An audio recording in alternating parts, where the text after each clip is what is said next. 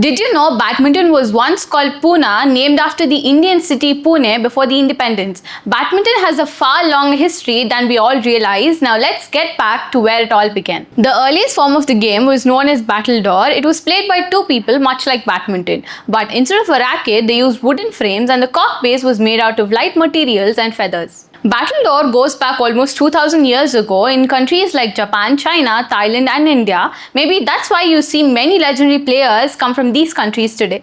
The modern version of battledore took shape in England. The British soldiers who were returning back from India introduced the game as badminton after the Duke of Beaufort's estate, Badminton House. But let's return to its traces in India. In 1860s, the British officers in Pune discovered that this game was played locally and called it Pune. In 1877, the very first badminton club in the world, the Bath Badminton Club, was founded in England. In 1893, the Badminton Association of England was formed and the official rules were set. Just 6 years later, in 1899, the first ever badminton tournament was held. That was also the same year that the Badminton Association of India came into existence. The sport continued to grow worldwide, and on the 5th of July 1934, the International Badminton Federation was formed, which today we know as the Badminton World Federation. Now, badminton is part of the Olympic Games, the BFW World Championships, and many more prestigious tournaments. In India, the first ever badminton championship was held in Calcutta in 1934. The 20th century saw the rise of legendary players like Pullela Gopichand, Prakash Padukone and Syed Modi.